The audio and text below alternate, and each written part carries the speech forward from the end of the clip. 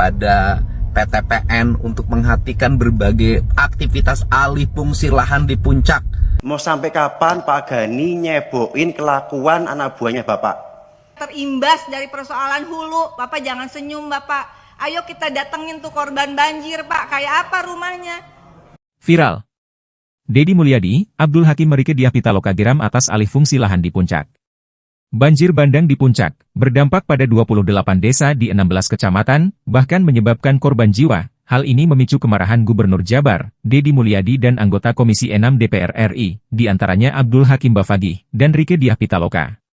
Mereka menegur keras PT Perkebunan Nusantara, PTPN, atas dugaan penyewaan dan alih fungsi lahan yang menyebabkan kerusakan lingkungan serta memperparah bencana banjir. Deddy Mulyadi menegaskan bahwa sejak zaman kolonial, tanaman teh di Puncak berfungsi sebagai konservasi lingkungan. Namun, alih fungsi lahan yang dilakukan PTPN telah mengabaikan fungsi ini dan hanya mengejar keuntungan. Ia meminta PTPN dan Perhutani segera menghentikan praktik ini dan mengembalikan lahan ke fungsi awalnya. Kepada PTPN untuk menghentikan berbagai aktivitas alih fungsi lahan di Puncak. Perkebunan teh berdasarkan data yang kita miliki sudah lebih dari 1.000 hektar yang mengalami alih fungsi. Jangan hanya tujuannya kepentingan ekonomi saja. Karena apa? Karena Belanda itu menanam pohon teh di Puncak itu yang paling utama bukan hanya sekedar ekonomi, tetapi konservasi dan menjaga lingkungan sekitar. Sekali lagi kami mohon untuk menghentikan berbagai alih fungsi lahan yang ada di Puncak. Karena apa? Karena konservasi jauh lebih utama dibanding ekonomi. Hatur nuhun Pak Bupati Sukabumi, Pak Kapolres, Pak Dandim yang kemarin turun bersama-sama. Mungkin itu pengalaman pertama setelah menjadi pejabat untuk guyang di sungai membersihkan sampah. Dan ternyata kalau dikerjakan secara bersama seluruh masalah tuntas. Jangan khawatir ya, hari ini eskavatornya turun untuk mengangkat bahan material tanah dan batu yang ada di sungai sehingga sungainya dalam kembali dan jembatannya dibongkar dan ke depan pasti saya bereskan. Kami sibuk menangani, Anda sibuk menikmati. Jembatan yang kemarin sampahnya dikeruk oleh kami bersama pemerintah Kabupaten Sukabumi dan seluruh warga didukung oleh Dandim dan Kapolres sudah mulai dibongkar. Dan nanti rencananya akan dibuat jembatan melengkung dan kemudian sungainya dikeruk. Kemudian sampah bekas bangunan yang dibongkar di Puncak hari ini sudah mulai diangkut. Seluruh langkah-langkah ini merupakan langkah-langkah harapan bagi kita untuk mengembalikan fungsi-fungsi sungai, fungsi-fungsi gunung. Tetapi seluruh langkah ini tidak akan berarti manakala PTPN tidak menghentikan alih fungsi lahannya, tetap membuat KSO-KSO dan tenan-tenannya meneruskan pembangunan di areal daerah resapan air, di areal pegunungan. Kemudian juga Perhutani terus melakukan penebangan pohon yang siap panen, yang tanpa memperhitungkan aspek lingkungan yang akan terjadi, sehingga seluruh kegiatan kami ini akan menjadi sia-sia.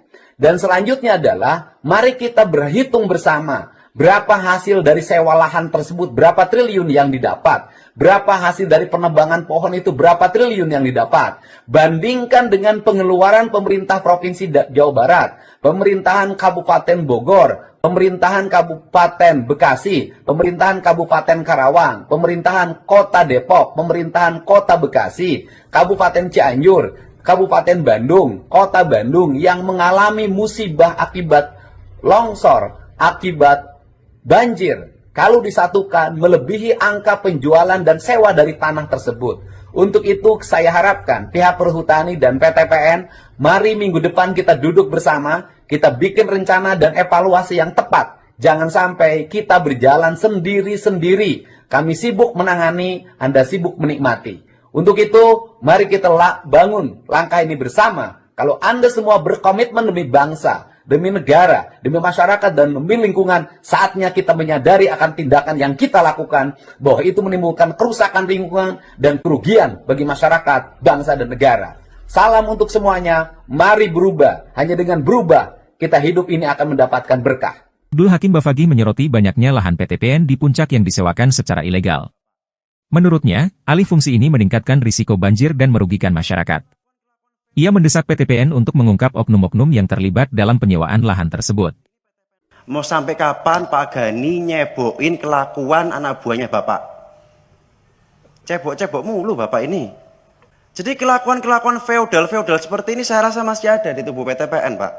Pak, berarti seperti ini PTPN 8 ruwet dan panjenengan menyampaikan ruwet. Kemudian berkaitan dengan yang ramai di Bogor, di Kabupaten Bogor, di kawasan Puncak, Gunung Mas. Salah satu penyebabnya adalah alih guna lahan yang dimiliki oleh PTPN 8, sekarang menjadi Regional 2 PTPN 1. Dari sini kita belajar, Pak. Gampang, no. Pak, saya nggak yakin teh nggak laku, Pak. Saya nggak yakin kopi nggak laku. Saya nggak yakin karet nggak laku, Pak. Jenengan tuh cari gampang. Sebelum panjenengan tuh cari gampang kerjanya. Dialih fungsikan. Kemudian dengan, oh ini perteknya dari Kabupaten Bogor, PMK Bogor, terindikasi juga terlibat alih guna lahan ini. Tetapi PTPN sebagai pemilik HGU, perkebunan, pengennya gampang. Oh produknya, komoditinya nggak laku. Nggak percaya saya, Pak. Gampang alih fungsi. Ini saya rasa kuncinya di PTPN 8 kemarin, di kepengurusan panjenengan, maaf, di kepengurusan sebelum panjenengan menjabat, Pak, tadi. Publis saja di media sosial atau di medianya PTPN, Pak. Biar nggak panjenengan yang cebok-cebok terus, Pak Gani. Saya sebutkan, Pak, ya. Jaswita Lestari Jaya kolaps dengan Laksmana Jaya Tunggal. Mereka rencana bikin Hibix Park. Awalnya itu 15,46 hektar. Disetujui sama PTPN 8 16/9/2022. Dilakukan adendum jadi 21 hektar lebih di tanggal 23 bulan 11 tahun 2023. Ini kan ambil gampang ya, Pak. Kalau bisa ngelola komoditi utamanya, kalau bisa memang meresapi PTPN perkebunan negara, bukan jualan lahan HGU negara, nggak mungkin, Pak, kepikiran, Pak. Rieke Diah Pitaloka juga mengecam PTPN, meminta mereka kembali fokus pada bisnis inti perkebunan dan berhenti menyewakan lahan secara sembarangan. Ia menekankan bahwa lahan Puncak harus tetap dijaga sebagai kawasan konservasi, bukan digunakan untuk kepentingan komersial. Saya sepakat dengan teman-teman yang lain. Jangan mengatakan bahwa ada komoditas yang lemah, seperti karet, teh, dan kopi, begitu, Pak. Lemah itu karena tidak diperlukan atau karena ada mismanagement, itu menjadi penting. Saya kasih catatan bahwa kita melakukan, masih ada impor terhadap kopi, ini data saya mungkin sudah tidak relevan, beberapa 2024 lah, sekitar 2024. Impor kopi kita masih 67,65 ribu ton, dengan mayoritas Brazil, Vietnam, dan Malaysia. Teh 10.883 ton. Dan kemudian karet itu ada impor karet dan barang dari karet 435.770,5 ribu ton. Besar, Pak.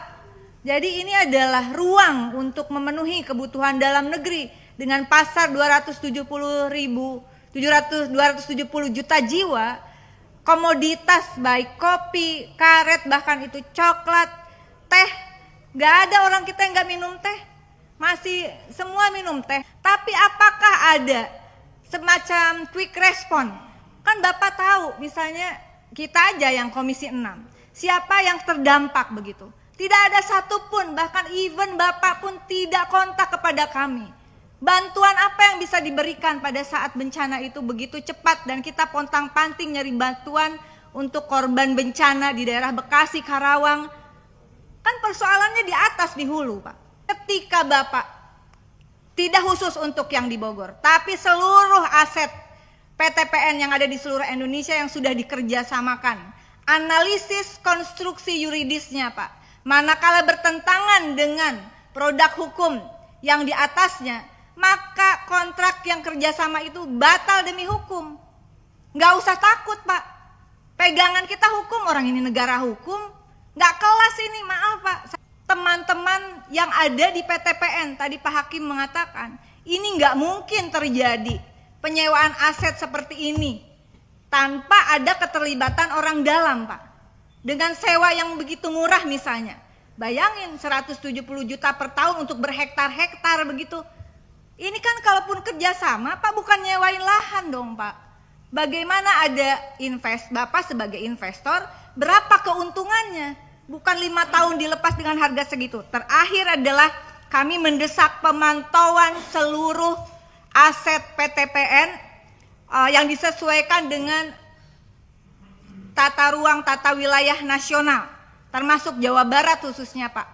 Jawa Barat dulu, tapi ini saya minta nanti tertulis secara nasional. Sekali lagi terima kasih pimpinan, maaf panjang, karena yang terimbas dari persoalan hulu, Bapak jangan senyum Bapak. Ayo kita datengin tuh korban banjir Pak, kayak apa rumahnya?